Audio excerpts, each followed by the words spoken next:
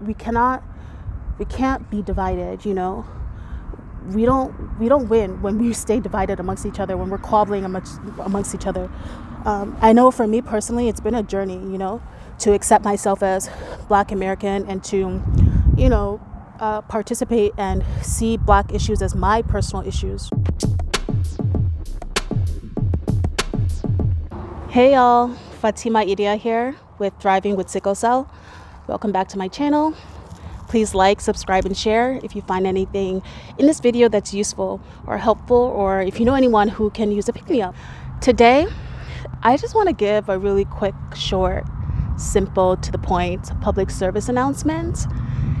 This is an announcement to my fellow beautiful, amazing Africans, particularly my Nigerians. Love you all. I'm Nigerian American. My husband calls me fake Nigerian, meaning I claim Nigeria when I want to, and I claim American when I want to. I was born and raised in Boston. I lived in Nigeria for a few years, but whatever. Let's just call me Nigerian American for the sake of this video. One thing I see a lot with Nigerians, I think I'm starting to see it less, thankfully, for 2020 and the whole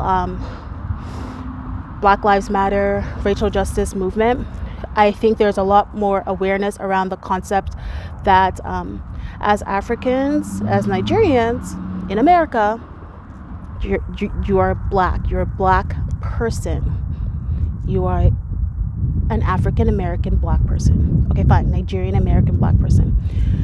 You know, sometimes when I talk to Nigerians and they're like, oh, I don't really know much about like Black people or Black history. No, they don't talk like that. You know how they talk, whatever. It's like, okay, fine, you don't know. I know you know how to read. You're a doctor. I know you know how to read. You're an engineer. I know you know how to read. You have your PhD. You might even have 2 PhDs. Nigerians love school. They just love to stay in school forever and ever and ever and ever more till thy kingdom come. That's great. So as you're reading, how about you pick up a book on race in America? Because feigning ignorance, it can only take you so far. Like, we can only accept that for like, okay, the first 6 months you're here. After that, you're gonna have to read some books, watch some documentaries, watch some YouTube clips, something, you know, something. Because like, maybe I'm making light of it, but it's actually a big, serious issue. Because as it pertains to sickle cell, if you don't see yourself as Black, if you don't see yourself as part of the Black community, then you don't really see the purpose in teaming up with other Black people when they're trying to have initiatives like something like blood drives, you know, or when they try to correct certain health outcomes within hospitals or within certain communities, right? We all know that the health outcome for Black people is dismal in America, you know, compared to white Americans, even white Americans of lower socioeconomic standing, you know. So the lack of sense of Blackness, it's not just like about feelings. It has real world impact. It has real world outcomes that are terrible, you know.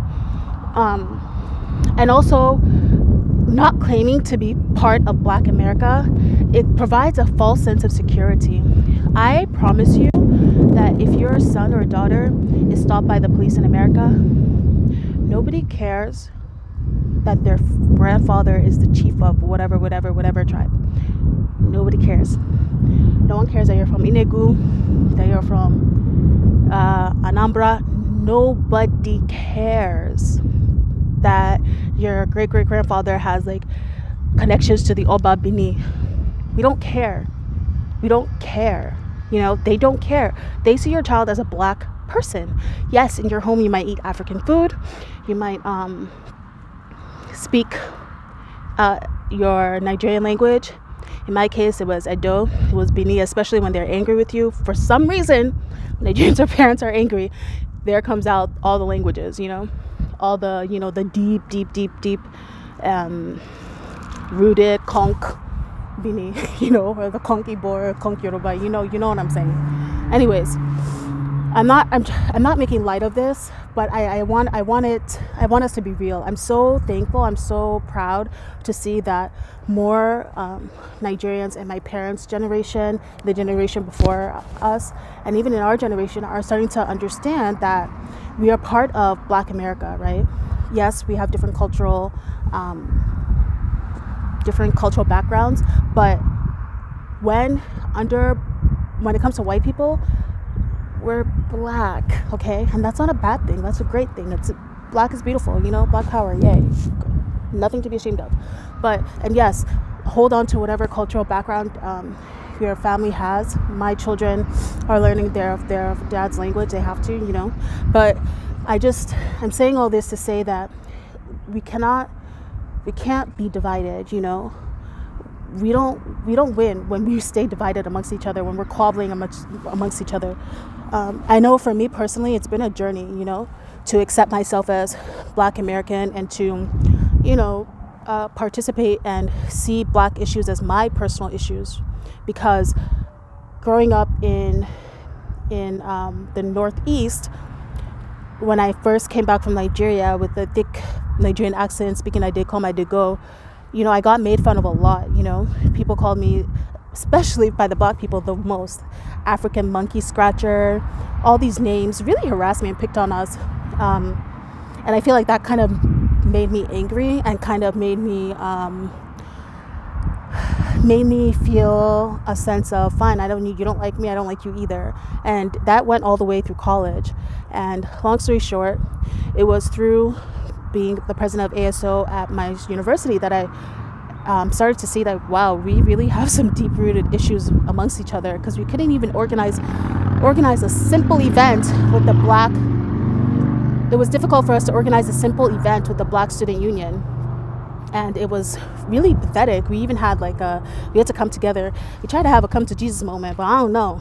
We tried. I don't think it really worked out, but we had a conference. We all came together and tried to talk about how we felt, and they felt, a lot of Black Americans were saying they felt discriminated by us and made fun of, like we were the butt of their jokes.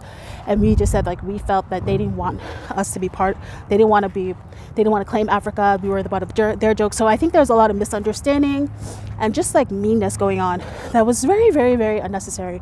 I'm not saying be BFFs right away, but it is in your best interest and your children's best interest, and it's in your health, it's in your health interest, your best interest, and your overall social interest to claim Blackness and see it as a part of your identity, because once you can claim it, you can now participate in fixing the issues that are plaguing us as Black Americans here in America. And yes, I said us meaning you.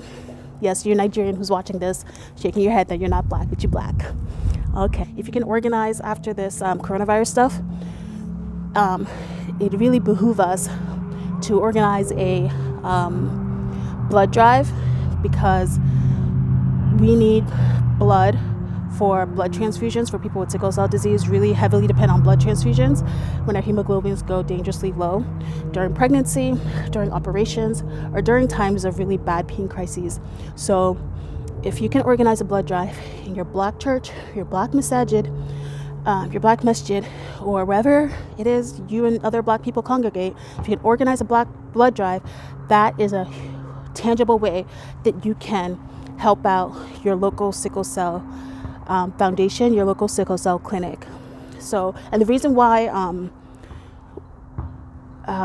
we need blood from other Black people as Black people with sickle cell is because the antibodies from Black Africans and Black Americans is more suitable to the other Black Americans. So it's better if you're Indian American or if you're Desi to get blood from another Desi, Indian, Pakistani person. So if you're white, it's better to get blood from another white person. So pretty sure. So, because the antibodies match up. So yeah, that's my public service announcement. Much love. Stay blessed. Think healthy thoughts. Stay safe. Take care. Bye-bye. See you next time.